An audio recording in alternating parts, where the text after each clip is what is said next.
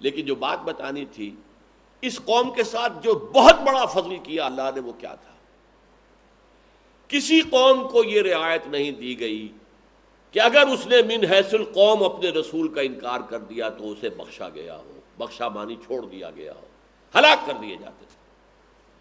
قوم نوح غرق کر دی گئی، قوم ہود برباد کر دی گئی، ایک تیز آندھی چلی ہے، 7 لیال و 8 ایام حسوما فتر القوم فیہا صرعا، ایسی باد سموم چلی ہے، سناٹے جسم کو چیرتی ہوئی چلی گئی ہے، یا باد سرسر چلی ہے، اور وہ ایسے پڑے نظر آ رہے تھے جیسے کہ کھجوروں کے تنے گرے ہوئے ہو زمین میں، کیونکہ بڑی قداور قوم تھی۔ پھر قوم سمود اسی طرح ہلاک کی گئی، قوم شعیب اسی طرح ہلاک کی گئی، عمورہ اور کی بستیاں جو ہیں وہ حضرت لوط جہاں بھیجے گئے وہ بھی اسی طرح تباہ کی گئی، ختم کی گئی، ایک ایک آدمی ختم، آل فرعون غرق کر دیے گئے۔ یہ قوم، ان کی طرف رسول آئے حضرت عیسیٰ، اور ان بدبختوں نے جتنی زیادتی کی ہے اپنے رسول پر، اتنی کسی اور قوم نے اپنے رسول پر زیادتی نہیں کی۔ انہیں ولد الزنا قرار دیا، انہیں جادوگر قرار دیا، جادو کفر ہے لہذا کافر ہے، مرتد ہے، واجب القتل ہے، سولی پہ چڑھا دو۔ پھر بھی اللہ نے اس قوم کو ہلاک نہیں کیا، کیوں نہیں کیا؟ یہ ایک بڑا اہم مسئلہ ہے۔ قوم نوح ہلاک کی گئی، اور حضرت عیسیٰ کے بارے میں قرآن صراحت سے کہتا ہے سورہ آل عمران میں، رسولاً الی بنی اسرائیل، ہم نے عیسیٰ کو رسول بنا کر بھیجا تھا بنی اسرائیل کی طرف، اور بنی اسرائیل نے بحیثیت قوم ان کا نہ صرف انکار کیا بلکہ اپنے خیال میں تو سولی پر چڑھوا دیا، پھانسی دلوا دی۔ یہ دوسری بات ہے کہ اللہ نے انہیں اٹھا لیا، اچھا انہیں اٹھا لیا اور ان پر عذاب نہیں بھیجا۔ آیا عذاب، ٹائٹس رومی کا عذاب آیا ہے 40 برس بعد، حضرت عیسیٰ کے رفع سماوی کے بعد 1,33,000 ایک دن میں قتل ہوئے ہیں، اور سیکنڈ ٹیمپل جو گرا ہے تو آج تک گرا پڑا ہے، لیکن ختم نہیں ہوئے وہ عذاب استیصال، ایک ایک فرد ختم ہو جائے نہیں۔ بنی اسرائیل جو ہے بچ گئے، صرف نکال دیے گئے، ڈائسپورا شروع ہو گیا، جاؤ بھاگ جاؤ، فلسطین سے نکل جاؤ، کچھ امریکہ چلے گئے، کچھ انگلستان چلے گئے، کچھ یورپ میں بس گئے، کچھ رشیا چلے گئے، کوئی انڈیا آ گئے، کوئی ایران میں بسے ہوئے، ابھی تک موجود ہے اصفہان کے علاقے میں۔ اور حضور کی حدیث ہے کہ دجال جب نکلے گا تو اصفہان کے 70,000 یہودی اس کے ساتھ ہوں گے۔ اور میں نے پتہ کیا تھا ایرانیوں سے، ہاں کہ یہاں پہ ہے کافی تعداد میں جو ہے یہودی ہیں، ان کے اچھے کاروبار ہیں، ترکی میں یہودی ہیں، یہ سارا ڈائسپورا تھا۔ کیا وجہ ہے؟ کوئی خاص معاملہ ہے؟ اگرچہ قانون خداوندی پورا ہوگا، یہ صرف ڈیلے کیا ہے اللہ نے، جیسے کسی کو کنڈم کر دیا جائے، لیکن ابھی اسے سزا موت سنا تو دی گئی ہے، ابھی پھانسی نہیں چڑھا،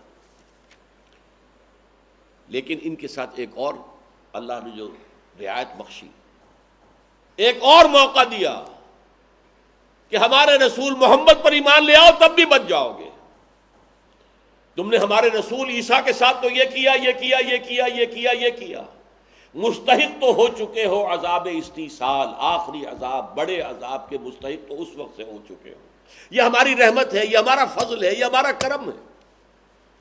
سورہ بنی اسرائیل میں فرمایا عسیٰ ربکم ان یرحمکم وان عدتم عدنا، دیکھو اب بھی تمہارا رب تم پر رحمت کرنے کو تیار ہے۔ تو ہے نا کوئی خاص لاڈ دوسری قوموں سے؟ دوسری قوموں کو تو انہوں نے اپنے رسول کو اگر ہلاک کرنے کی کوشش کی تو وہ قومیں ہلاک کر دی گئی، ختم۔ انہوں نے ہلاک کرنے کی کوشش تو کی کہ نہیں کی، بالفعل تو نہیں ہوئے وہ، لیکن انہوں نے تو اپنے طور پہ کرا دیا، لیکن انہوں نے نہیں، ختم نہیں کیا گیا۔ 2000 برس بیت چکے اس واقعے کے اوپر، سوچیے۔ اور حضور کی آمد پر موقع دیا گیا، اب بھی تمہارے لیے دروازہ کھلا ہے۔ یہ ایک بہت بڑی اسپیشل کنسیشن تھی یہود کے لیے۔ عسیٰ ربکم ان یرحمکم وان عدتم عدنا، دیکھو اگر جو کچھ تم پہلے کرتے رہے تھے وہی کرو گے تو پھر ہم بھی وہی کریں گے، پھر وہ عذاب تمہارے اوپر آخری آ جائے۔ وہ بات ہے جو یہاں کہی جا رہی ہے، یہ دروازہ ابھی کھلا ہے، دیکھو یہودیوں، ابھی دروازہ کھلا ہے۔ لئلا یعلم اہل الکتاب، تاکہ نہ سمجھے یہ اہل کتاب، اللہ یقدرون علی شیء من فضل اللہ، کہ اب ان کو کوئی مقدرت حاصل نہیں ہے اللہ کے فضل کو حاصل کرنے کی۔ وَإِنَّ الْفَضْلَ بِيَدِ اللَّهِ، اللہ فضل جو ہے وہ تو اللہ کے ہاتھ میں دیتا ہے جس کو چاہتا ہے، یوتی ہے من یشاء، جس کو چاہتا ہے۔ اب بھی دروازہ کھلا ہے، ہم تو مائل برم ہیں، کوئی سائل ہی نہیں، تم آؤ گے نہیں تو پھر تمہارا آخری حساب ہونا ہے، وہ ہونا ہے۔ اور اس میں دوسری حکمت کیا تھی؟ ایک حکمت تو رعایت دی کہ ایک موقع اور مل جائے انہیں سنبھلنے کا، ہوش میں آنے کا، توبہ کرنے کا حضور کی بعثت پر۔ اور دوسری حکمت کیا تھی؟ جو خیر امت محمد الرسول اللہ کی دنیا میں آئے گی، اور اس میں جو خیر ہے، بہتر ہے، وہ ہے کون؟ امیین، عرب، جن کی زبان میں یہ قرآن نازل کیا گیا۔ جب یہ غلط راستے پر چلیں گے تو انہیں سزا کن کے ہاتھوں دلوائی جائے گی؟ یہودیوں کے ہاتھوں ان کو سزا دلوائی جائے گی، جو آج اب اپنی آنکھوں سے آپ دیکھ رہے ہیں۔ 130، 140، 150 کروڑ مسلمان ہیں جن کی نگاہوں کے سامنے ہو رہا ہے جو کچھ ہو رہا ہے۔ یہ 15 کروڑ مسلمان ہیں جن کے نگاہوں کے سامنے جو ہے کشمیر میں جو کچھ ہو رہا ہے ہو رہا ہے۔ روزانہ خبریں آ جاتی ہیں، آج 8 اور شہید کر دیے گئے، آج 15 اور شہید کر دیے گئے، آج اتنے اور شہید ہو گئے، آج اتنے مکان اور جلا دیے گئے۔ سب پڑھ رہے ہیں، لیکن ہے کوئی ہمت ہمارے اندر کھڑے ہو جانے کی؟ یہ ہوتی ہے ذلت اور مسکنت۔ آج پوری امت مسلمہ پر تو ہے ذلت و مسکنت، اور سب سے بڑھ کر یہ ہے گاڑھا ترین عربوں کے اوپر، اور کن کے ہاتھوں؟ یہودیوں کے ہاتھوں۔ شیرون جو چاہتا کرتا ہے، بفرا ہوا پھرتا ہے۔ آپ جب چلتا اسے ٹیلی ویژن پر دیکھتے ہیں، جیسے بفرا ہوا ہوتا ہے شیر کی طریقے سے، اس کے ہر قدم کی حمایت امریکہ کرتا ہے۔ کوئی اگر یونائٹڈ نیشنز کے اندر اس کے خلاف قرارداد آئے، ویٹو ویٹو ویٹو، ہر شے اس کی جو ہے وہ درست ہے۔ اسے مین آف دی پیس کا خطاب دیا جا رہا ہے، بس صرف اتنا فرق ہے کہ نوبل پرائز پیس کا اسے ابھی نہیں دیا گیا، اس کی کمیٹی کوئی دوسری ہے، لیکن بش صاحب تو مین آف پیس اس کو قرار دے چکے۔ اور کتنے مر رہے ہیں، آج اتنے مر گئے، آج اتنے مر گئے، آج اتنے جو ہے، آج اتنے گھر فلاں کیمپ کے اندر جو ہے وہ ریز ٹو دی گراؤنڈ ہے۔ بلڈوزر ہماری نگاہوں کے سامنے ہوتے ہیں، ٹی وی پر اب بیٹھے دیکھ رہے ہوتے ہیں، بلڈوزر آیا، اس نے مکان کو گرایا۔ یہاں تک کہ ایک انگریز پیس ورکر یورپین عورت کو بھی اس بلڈوزر نے اپنے نیچے کچل دیا، جو آئی تھی کہ فلسطینیوں کے اوپر ظلم رکوانے کے لیے، وہ خود بیٹھ گئی راستے کے اندر۔ تو چڑھاؤ، اگر پہلے چڑھانا ہے بلڈوزر تو میری جان پر چڑھاؤ، پھر بستی چڑھا دیا اس نے۔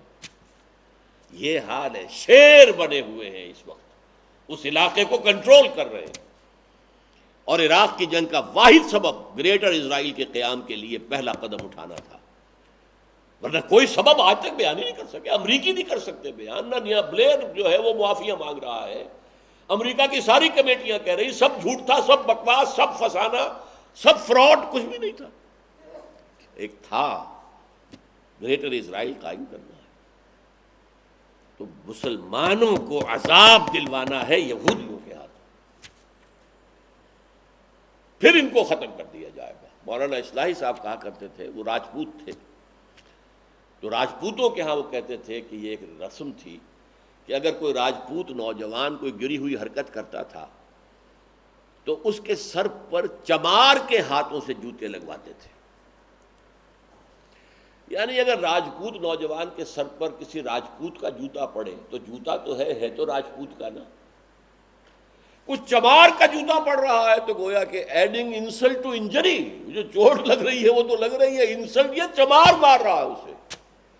تو یہ ضربت علیہم الذلۃ والمسکنہ والی قوم، مغضوب علیہم قوم، ملعون قوم کو آج کھڑا کر دیا گیا ہے امت مسلمہ کے بہتر حصے کی سرکوبی کے لیے۔ اس کے بعد ان کا خاتمہ ہوگا، حضرت مہدی کا بھی ظہور ہوگا، عرب میں اسلامی حکومت بھی بنے گی، آرمگڈون بھی ہوگا۔ حضور کی حدیث کے مطابق 80 جھنڈے لے کر عیسائی حملہ آور ہوں گے، اے عربو تمہارے اوپر، اور ہر جھنڈے کے نیچے 12,000 فوج ہوگی۔ تو 80 کو 12 سے ضرب دیجیے، 9.5 لاکھ، 9,60,000 فوج وہ آئے گی، حملہ آور ہوگی، تباہی آئے گی، بربادی آئے گی۔ لیکن پھر the table will be turned, پھر اللہ تعالیٰ مسلمانوں کو پلہ بھاری کرے گا، پھر حضرت مسیح علیہ السلام ہی کو بھیجے گا جو کہ یہودیوں کی طرح رسول بنا کر بھیجے گئے تھے، اور حضرت مسیح کے ہاتھوں یہ ختم ہوں گے۔ جہاں تک نگاہ جائے گی حضرت مسیح کی یہودی پگھل جائے گا، پگھل جائے گا۔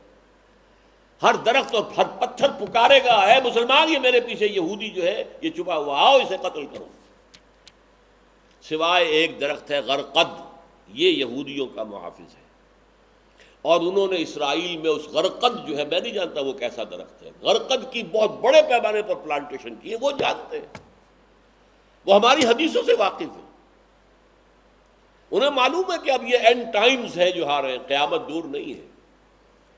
میں حیران ہوا تھا جب کہ میں نے یہ پڑھا تھا، جب موشے دایان جو تھا وہ کانا، اس وقت خیال تھا کانا دجال یہی ہے شاید، موشے دایان وہ جب کانکرر کی حیثیت یروشلم میں داخل ہوا 1967، یروشلم جو ہے وہ تو مسلمانوں کے قبضے میں تھا نا، اردن کے قبضے میں تھا، ویسٹ بینک کے اندر ہے نا، ویسٹ بینک کا شہر ہے، ویسٹ بینک اردن کا تھا، انہوں نے چھینا، پھر فاتح کی حیثیت سے داخل، ان کے ساتھ اس موشے دایان کے ساتھ ایک رہبائی بھی تھا، بہت بڑا رہبائی، ظاہر بات ہے کہ جو ایک کانکرر کے ساتھ جا رہا ہوگا چیف رہبائی، ہی اسٹارٹڈ ویپنگ، وہ رونے لگا، اور الفاظ کیا تھے؟